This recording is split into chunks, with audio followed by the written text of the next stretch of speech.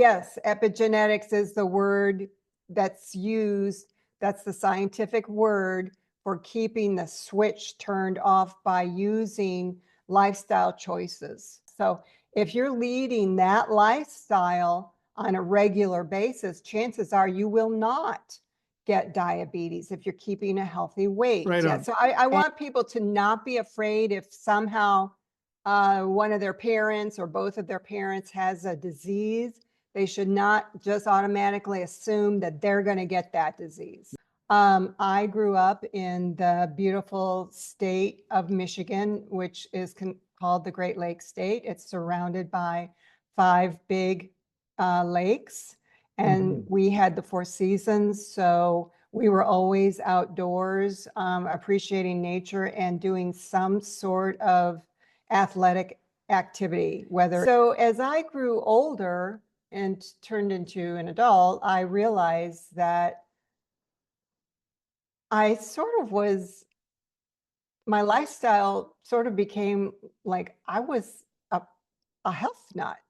I loved healthy food and I loved moving my body and doing physical activity. Do you want to talk about how you do it, or do you want to talk about what drives people into needing to do it? I felt that my gift was showing people how to live a healthy lifestyle, which can help them live better quality of life, which will make them live longer. So that's how I got here. Have a 10 to 20% chance of getting the disease, but they have the greater percentage of avoiding the disease because the gene is like an on-off switch.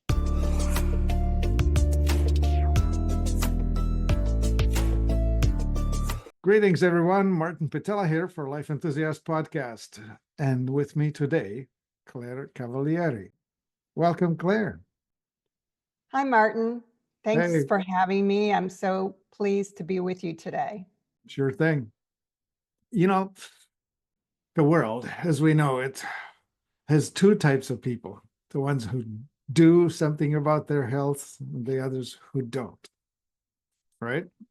And the difference is the power to make a change is within our hands. And I feel that people like you are well equipped to offer the guidance to those who want to make a change. Would you agree? Absolutely. The thing is, so many people don't realize that they do have the power to control their health. They think that as they age, that they are just at the mercy of fate. Yeah. And that they're just going to get old and eventually die. And that their body is going to decline and they'll get some sort of disease that is going to cause their death. But that is not the case whatsoever. Right. We have complete control.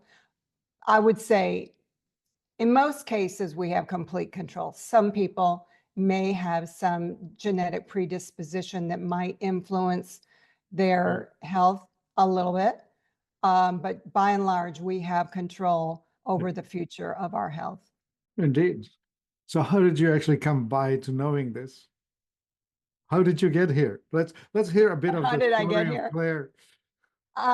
Well, I grew up in an Italian-American family, and my mother cooked very healthy meals, which I didn't realize at the time would be considered the Mediterranean diet. Right. She always cooked well-rounded meals, which included vegetables. We had a lot of fish. Of course, we were Catholic, so at that time it was always fish on Fridays. That rule doesn't, I think the Pope did away with that rule a long time ago, but that was the case when I was growing up in the 60s. Yeah, and I think it was a mistake that they did away with it. Well, it did cause people to eat fish. I can tell you that because we did it a long time, and it did you know, forced me to eat fish. And so I did acquire a taste for it. But so my mother cooked well-rounded meals. And even though that we were Italian, my mother rarely cooked pasta. I know people just assume if you're Italian, you're going to eat pasta, but we did not eat pasta very often at all, which I'm sorry, we didn't because I love pasta. But anyway, she did cook well-rounded meals. And that's how I acquired, you know, a taste for everything. We ate everything. And you know, my dad was the type that forced us to eat everything on our plate. And, um, and that was good, you know, looking back on it, that was good because we had to taste everything and eat everything. And I'm really grateful that that's the way we were raised.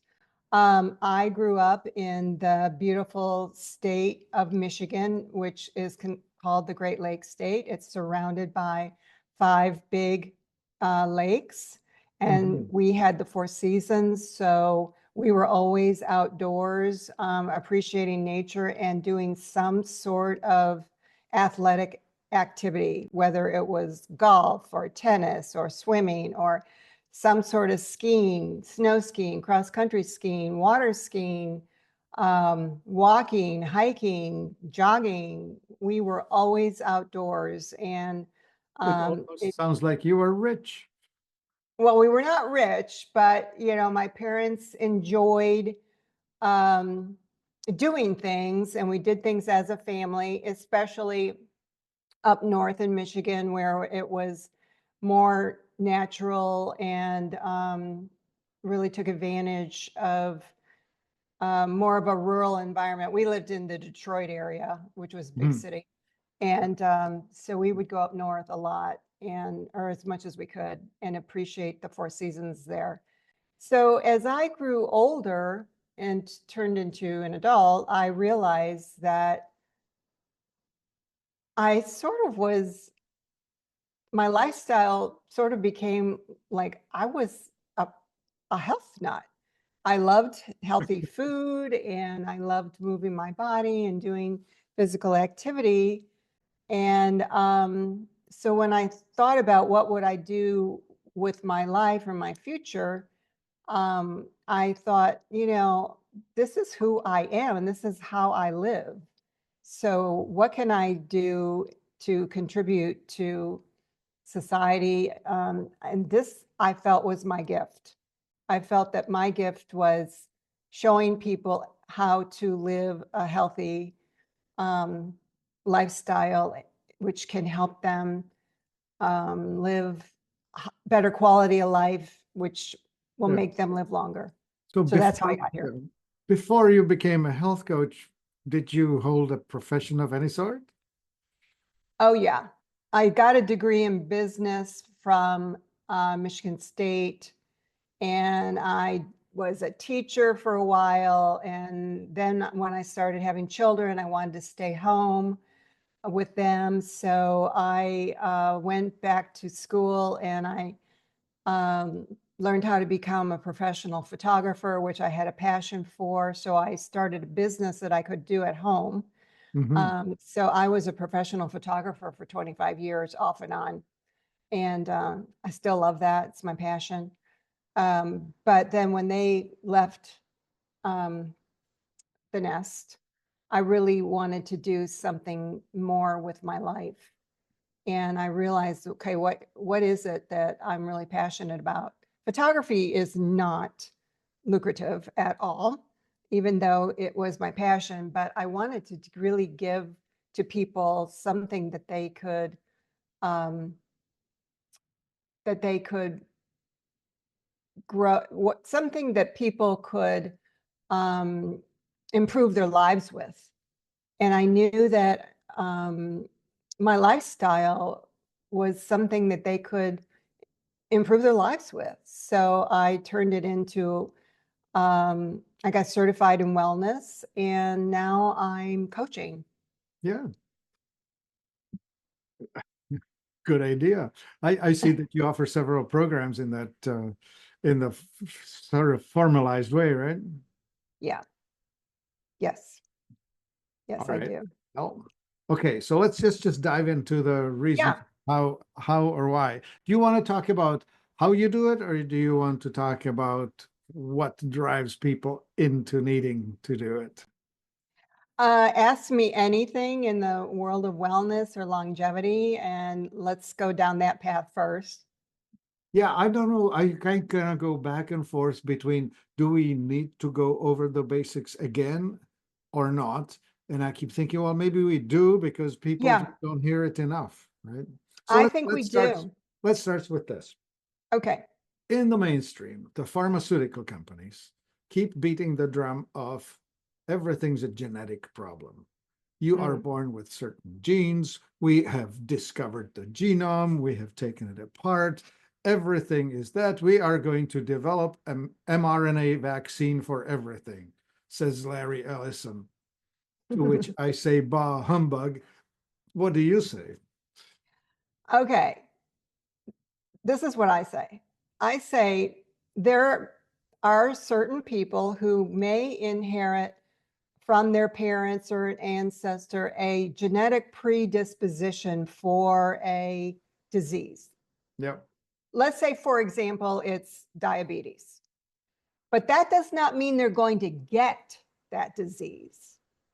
And people have a 10 to 20% chance of getting the disease, but they have the greater percentage of avoiding the disease because the gene is like an on off switch.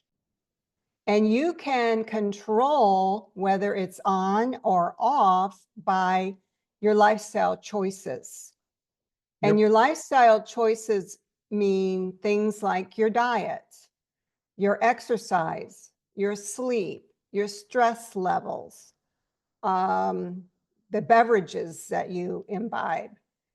And so in the case of the example I gave, diabetes, so you want to make sure that your diet is low in sugar and you're eating healthy nutrients and you're exercising frequently and you're getting restful sleep every night and of course low stress. So if you're leading that lifestyle on a regular basis, chances are you will not get diabetes if you're keeping a healthy weight. And so you're keeping that genetic predisposition for diabetes turned off. And therefore, you're highly likely to not ever get diabetes. And if you don't ever get it, then you are going to lead a longer, healthier life. Indeed. And the word epigenetics comes up, right? Yes, epigenetics is the word that's used. That's the scientific word for keeping the switch turned off by using lifestyle choices. Yeah. Gosh, this has been out so for at least 20 years. I think it Yeah, was 2005 that I was listening to some lectures. Oh, gosh, what's that word? I'm trying to think of the Dr. guy. Joe Dispenza talks about it a Yeah. lot, Yeah, the and dispenser and stuff. Dr. Lipton talks about it a lot. Yeah, Bruce Lipton. Bruce That was the Lipton. guy that I was listening to back Yeah, when. And I thought, yes, Bruce, you're singing from my songbook. yeah. Right Yeah, on. so I want people to not be afraid if somehow one of their parents or both of their parents has a disease. They should not just automatically assume that they're going to get that disease. Yeah. I keep thinking that uh the genetic, so-called genetic, diabetes runs in my family. Well, cooking a certain diet runs in your family. If your grandmother taught your mother who taught you to cook something, and it's genetically inappropriate for you, you're gonna have that uh, illness, not because your genes are bad, but because you're eating the wrong stuff. Perfect example. Yeah. Yeah. All right. So genetics A. What else comes into this? Well, I sort of Well, have, yeah, go let me ahead. ask a better question. Yeah, go ahead. So aging, we are all are affected we all are pre-programmed for getting older. We are getting older. And that the research about the genetics talks about the telomeres, and it talks about how we become senescent with time. But is it set, or is it, again, much like this genetics, epigenetics, an issue that we have a control over? As I mentioned earlier, I believe that we have a great deal of control over it. And I think it's by our lifestyle choices and our environment. Yeah. And so I sort of have my own formula for improving our quality of life, and therefore our life expectancy. Mm-hmm. And it's pretty simple. It's 4 things, in my opinion. I mean, it could be a lot more things, but just to simplify it, 4 things. Number 1, eating a very nutrient dense way of eating. I don't want to use the word diet because people kind of freak out when they hear diet. It's not about weight loss. It's eating nutrient dense foods. And that would include a lot of plant food, vegetables and fruits, and then heavy on the proteins, especially as you age. And that would include wild-caught seafood, pasture-raised poultry, some red meats, but not as frequently. And then some whole grains. Of course, we need a lot of fiber. So whole grains like quinoa, oats, buckwheat. I avoid wheat. That's a personal choice, but if it's going to be wheat, use whole grain wheat. I don't eat wheat myself. And then legumes like different kinds of beans and lentils, and then nuts and seeds are also very healthy. So number 1 is eat nutritious Yeah. foods. Yeah, nutrient density, of course, right? Calorie rich, nutrient poor. That's the industrial diet that has been producing the rising rates of obesity and diabetes and high blood pressure and all that other aging business. So logically, if you do the opposite of that, which you just described, you got to have a better outcome than Yeah, and do it average. consistently. Yeah. Yeah. And secondly is a consistent exercise routine. And that doesn't mean you have to go to the gym. It could just mean brisk walking every day, a couple miles a day, or it could be cycling, it could be swimming, it could be, just, it could even be gardening, but some sort of movement Gosh, I daily. thought you'd mention dancing. Oh, well, yeah, dancing. How about I that? definitely, that is a You lot of, get to move, you get to touch, you get to communicate, you get to enjoy human yeah, company. I mean, that I'm all about that. Dancing is so good, and it's something you can do your entire life. So definitely for 30 minutes, some sort of aerobic activity. And then, of course, some sort of strength training a couple days a week to strengthen our muscles. Mm. And some stability, balancing. You mean like So Pilates, yoga type of thing? yoga is very good. Pilates is good. So is Tai Chi. Tai Oh, yeah, Chi of course, in very good dynamic because, movement, right? yeah, because as we get older, we get a little more frail into our 70s and 80s. So we want to have better balance to avoid falling, or if we were to fall, we could hopefully catch ourselves. Because once we break a femur or a hip bone, we are more prone to a second fall. And there's even statistics that show 33% of people who break a femur or a hip bone die within a year thereafter. Yeah. So Of course, you lose stability. mobility, you start what's the word? The lymphatic system starts what's I'm struggling for the word, but as soon as you stop moving, walking, moving the lymph, it just becomes toxic and oxygen levels go down. And Yeah, it's all bad news. So just, I mean, even if you can, for example, let's say you're brushing your teeth, stand on one foot. yeah, And then the next day, stand on the other foot. yeah, Just try balancing. It's play a little game with yourself. yeah. Challenge your. I guess it would be the core strength, right? The core stability. Yes. Yeah.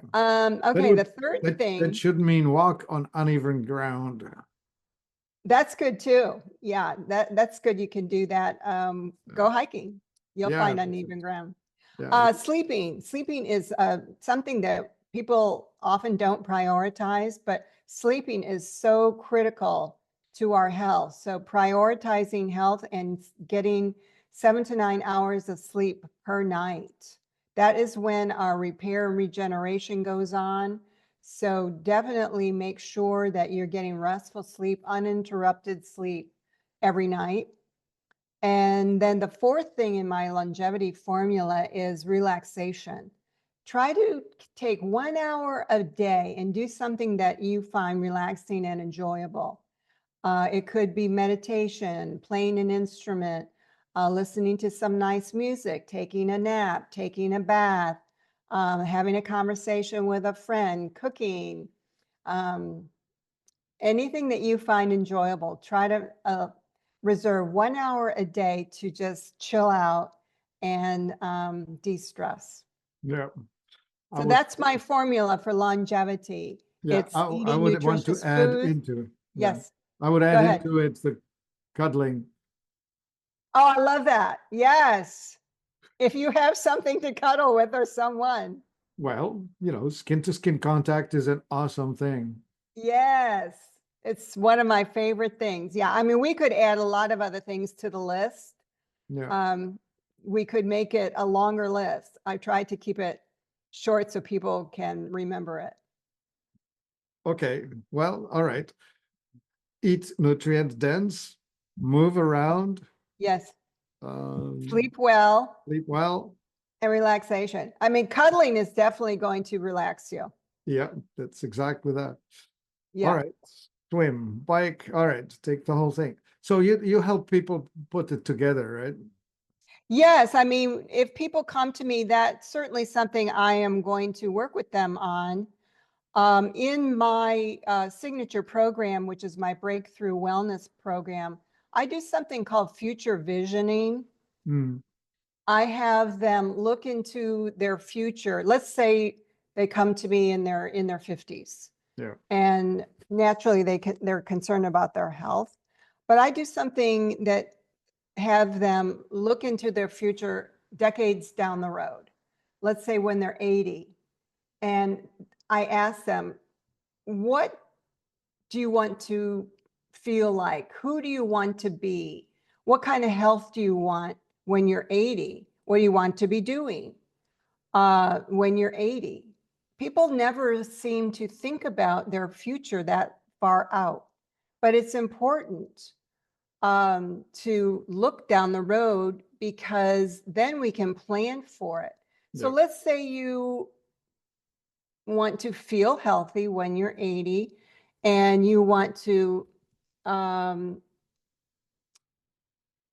let's say you want to be in shape to travel on a train through Europe and carry your own bags. Okay, well, you've got to prepare for that. You're gonna have to be running around with a 40-pound piece of luggage. Yes, and you want to be able to carry it. If anybody's been on a train in Europe, you have to carry it up steps by yourself. You Well, have to get on the train, and then you have to lift it up and put it in the rack above you.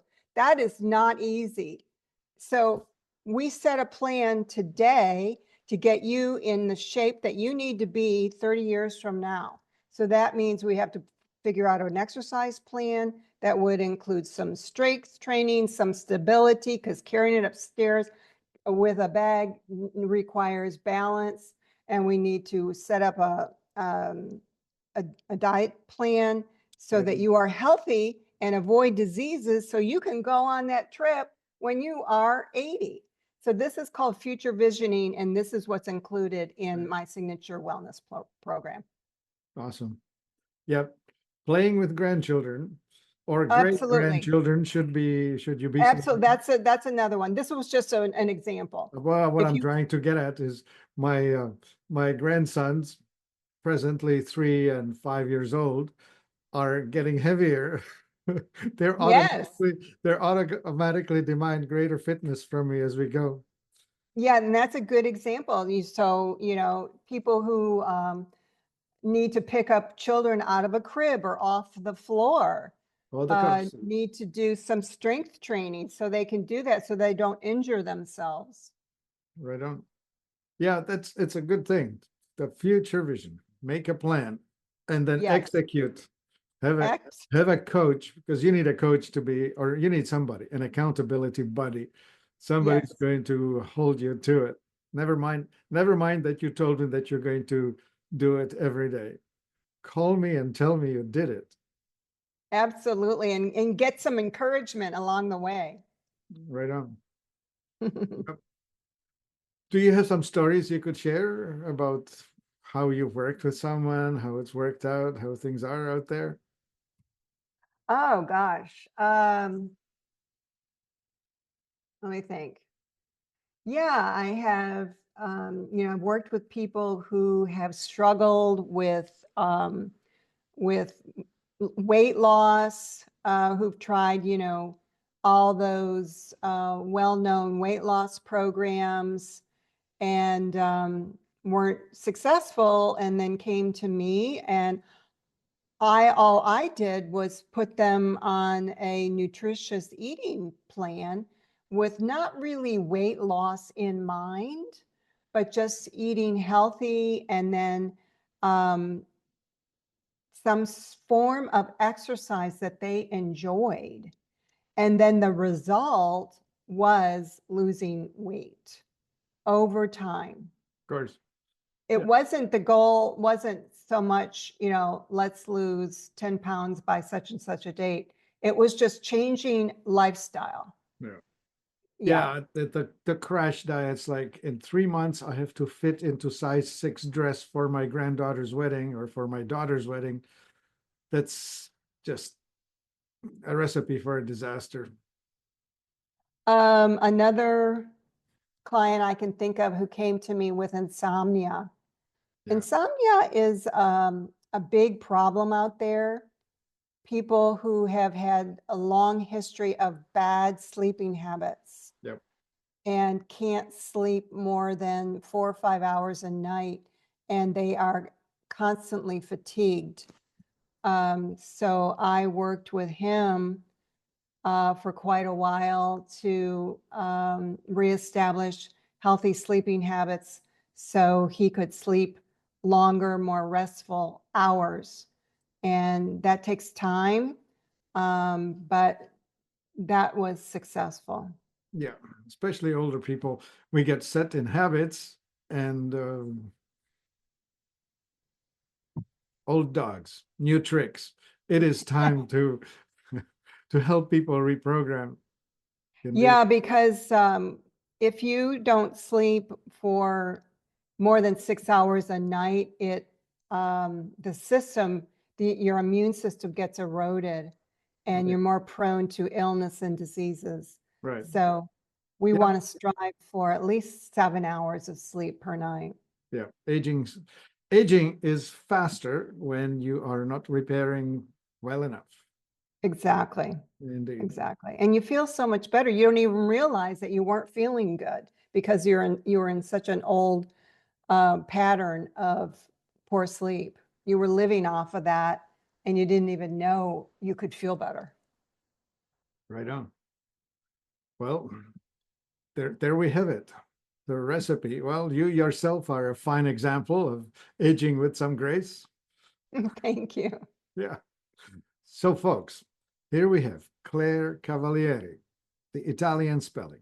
CLARIERI.com. And you pronounced it right. Thank you, Martin. No worries. Yeah, okay, so go find Claire. If you find that this would be well, we all have somebody we like better. If you like Claire better than you like me, by all means, give Claire a call. That's what it's all about. Find a person that you feel matched with and work with that. Because every one of us needs someone to help them find a path through the mess. And life's challenging for all of us. And we all need help. Claire, what else would you like to tell the world out there? Something that's I think is important for people to know about their health is that their thoughts affect their health. Yeah. Whether they are positive thoughts or negative thoughts, they really do influence their health. And they may not realize it, but it's true that there is an effect, and not just one thought here or one thought there, but it's a pervasive thoughts. So if you are constantly thinking negative thoughts, maybe you don't even realize it, but if you're constantly worrying, for example, or if you are constantly angry, your body knows it. And the way it works is if you are stressed all the time, for example, those stress chemicals, which are cortisol and adrenaline, they talk to your cells in a chemical form. And your cells then get inflamed. And that inflammation that it causes your body to erode your immune system over time. And when your immune system is eroded, it can no longer protect you from illness and disease. So then that means you're subject to getting flu or colds, or it could be worse.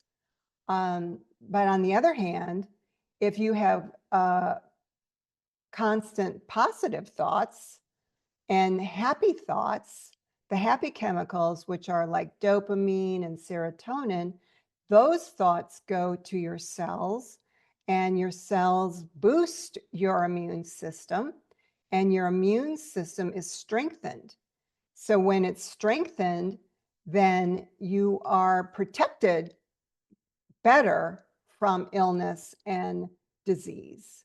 And then you will most likely avoid catching colds and catching the flu and all the other things running around, and diseases as well, like the major diseases that are out there that are the big killers of the global population, which are heart disease, dementia, diabetes, and cancer.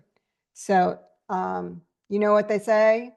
Don't worry, be happy. That's the truth.